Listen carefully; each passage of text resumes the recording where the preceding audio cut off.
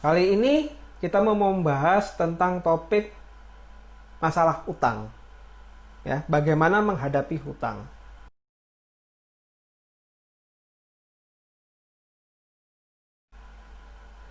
Yang seperti di dalam postingan kami, ya, yang namanya hutang itu harus dibayar. Itu sudah pasti, ya. Tapi apakah eh, hutang itu apabila kita tidak mampu melakukan pembayaran, ya, bagaimana cara menghadapinya? Jadi langkah-langkah pertama yang harus dihadapi dalam menghadapi hutang yang tidak bisa dibayar pada saat jatuh tempo adalah pertama, Anda harus berani menghadapi terlebih dahulu krediturnya. Jadi orang yang memberikan hutang kepada saudara. Kenapa? Karena itu berkaitan dengan integritas. Anda memperoleh hutang, ya, itu karena integritas Anda. Anda dipercaya oleh kreditur atau orang yang meminjami uang. Karena kepercayaan itu, jadi kepercayaan bahwa Anda sanggup membayar. Kalau orang tidak percaya kepada Anda akan kemampuan Anda membayar hutang, maka orang tidak akan meminjamkan uang kepada saudara. Tetapi dalam hal ini Anda menerima pinjaman sejumlah uang karena orang yang meminjami tersebut atau kreditur percaya sekali bahwa Anda itu bisa membayar hutang atau minimal sanggup melakukan pembayaran.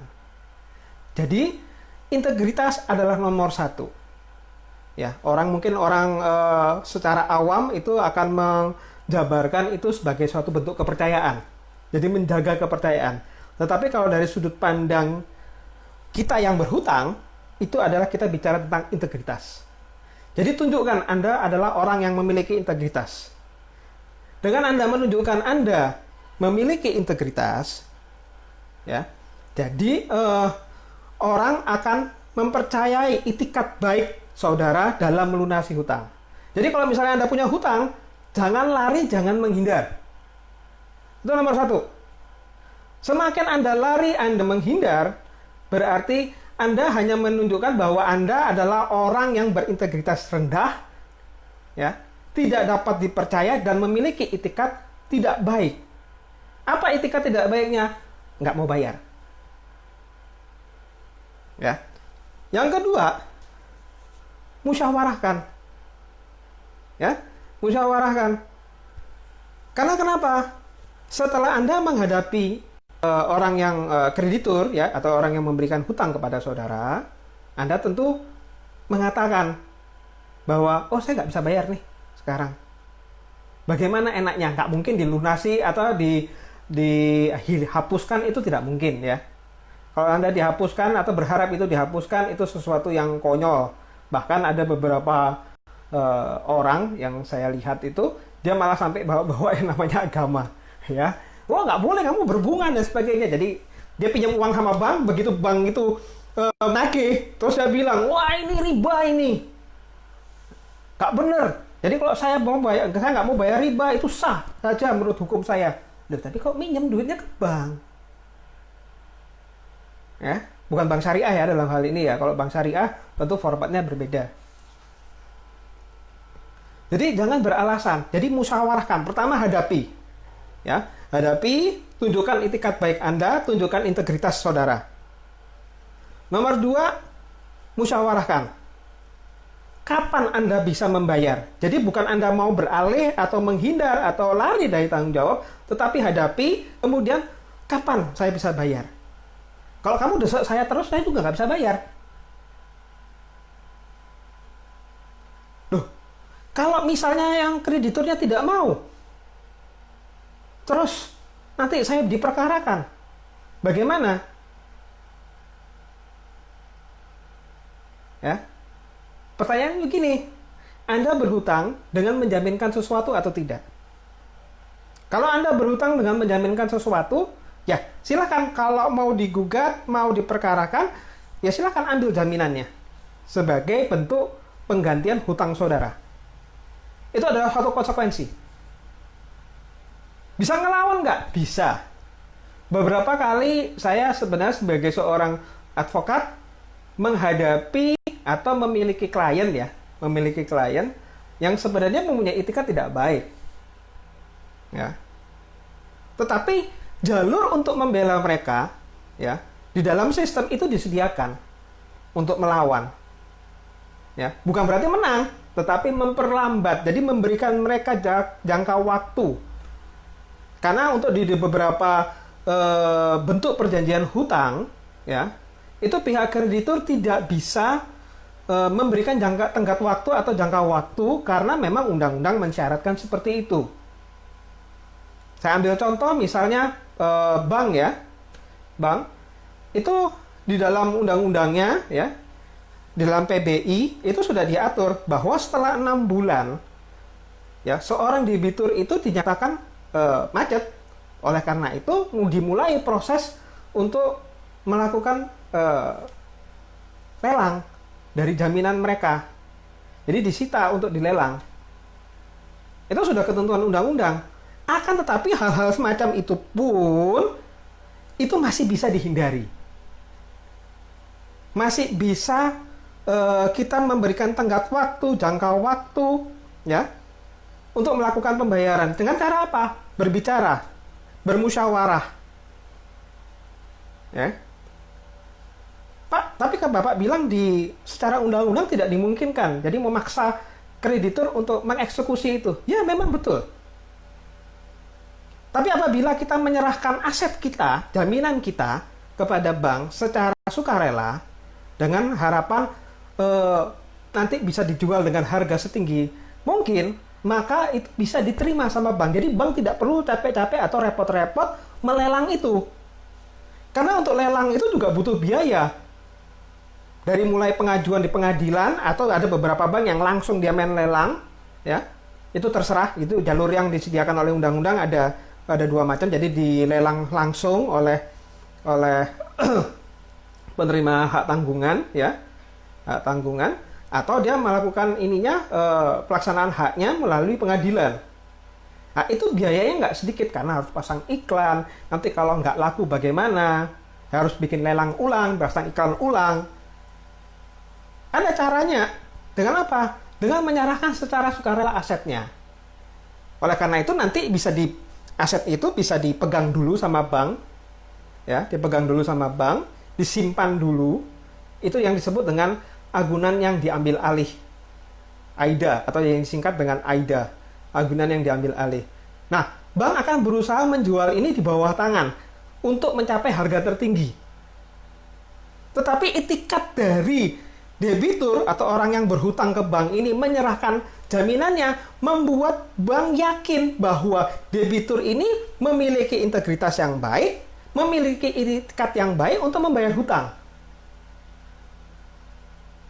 Tapi kalau ketika misalnya debitur itu malah ketika ditagih marah-marah, malah nantang-nantang dan sebagainya, bank berpikir, wah ini debitur ini nggak ada itikat baik ini untuk melunasi, sudah macet nggak ada itikat baik untuk menyerahkan jaminan.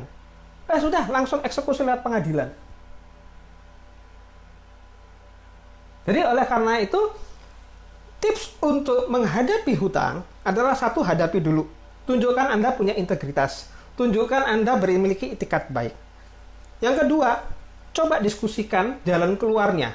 Kita bisa bermusyawarah, kita bisa bermediasi, ya, untuk mencari jalan keluar. Karena dalam setiap masalah atau sengketa atau permasalahan yang ada, itu selalu disediakan jalur-jalur komunikasi untuk agar kedua belah pihak ini sama-sama diuntungkan, ya, atau kedua belah pihak ini tanpa melalui jalur litigasi yang panjang, berbelit dan sebagainya, itu bisa diselesaikan permasalahannya.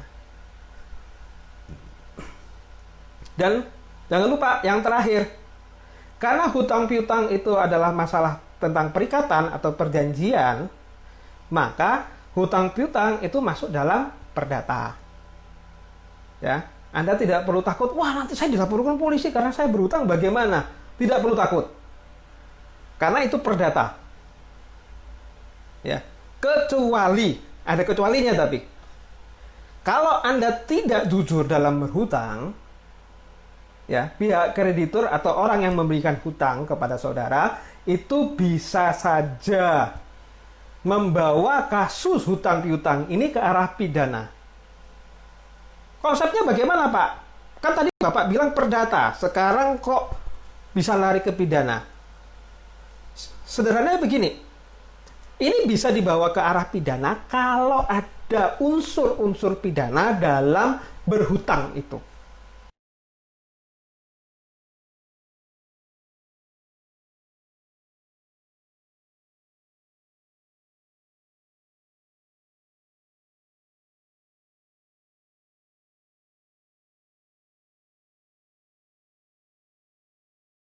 Akan berpengaruh apakah uang ini kembali atau tidak, produktif atau tidak. Sekarang kalau misalnya saya pinjam sama teman-teman yang ada di komunitasnya Ansugi ya atau dokter kontrak, itu saya pinjam duit nih buat hutang ya, saya berhutang untuk judi misalnya, atau main di kasino, berjudi di kasino. Kira-kira duitnya balik apa enggak itu? Menghasilkan atau tidak? Yang namanya judi ya pasti 50-50. Ya. Banyak-banyaknya yang namanya penjudi itu pasti kalah. Nggak ada penjudi itu menang banyak terus jadi kaya dari judi, itu omong kosong. Bandar itu selalu menang. Itu kuncinya sebenarnya. Bandar itu selalu menang. Loh, tapi Pak ada kok Pak orang-orang yang menang dari judi, kaya dari judi. Ya 1-2 itu pun kebanyakan lebih arahnya lebih gembar-gembor yang dibuat oleh para bandar ya. Jadi demikian. Jadi syaratnya Anda harus jujur, uang untuk hasil hutang itu dipakai buat apa. Jadi jangan Anda berbohong, Anda bilang, oh ini mau buat usaha, ternyata Anda pakai buat hal-hal yang lain.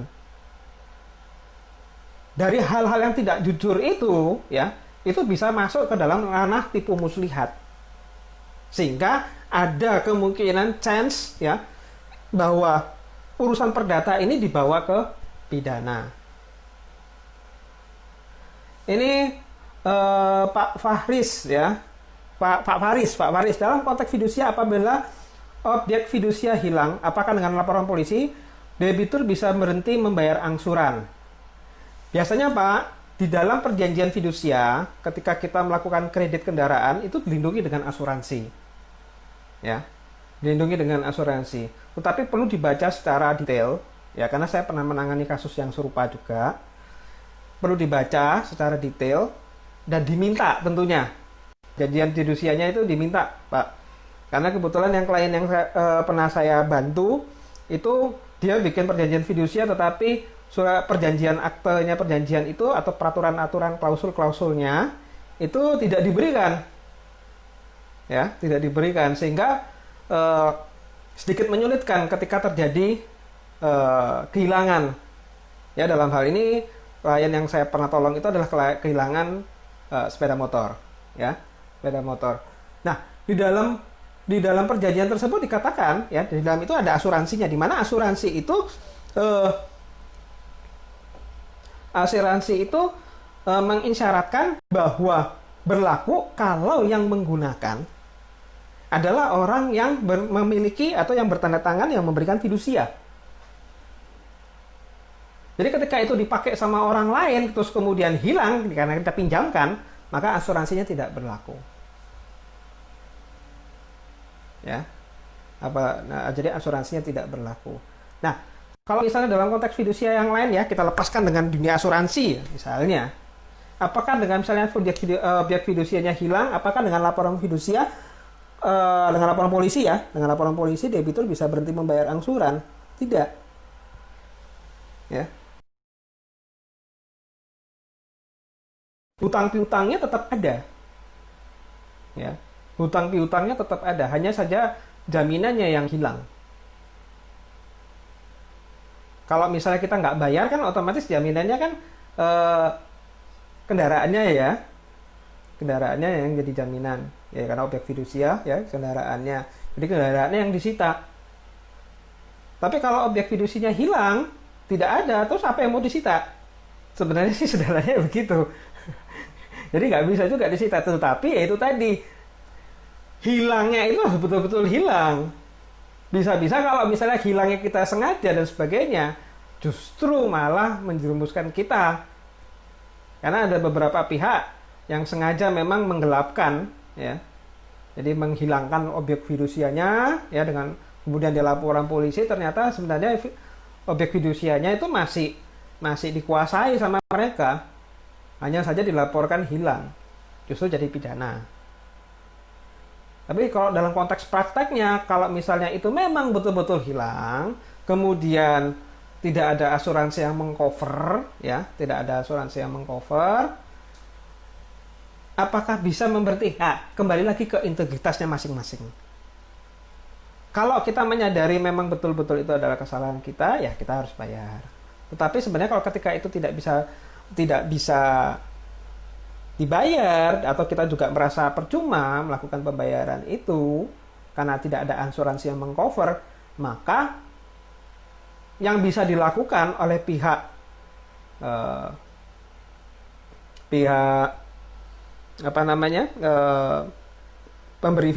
penerima fidusia, ya, penerima fidusia adalah melakukan gugatan biasa, Pak.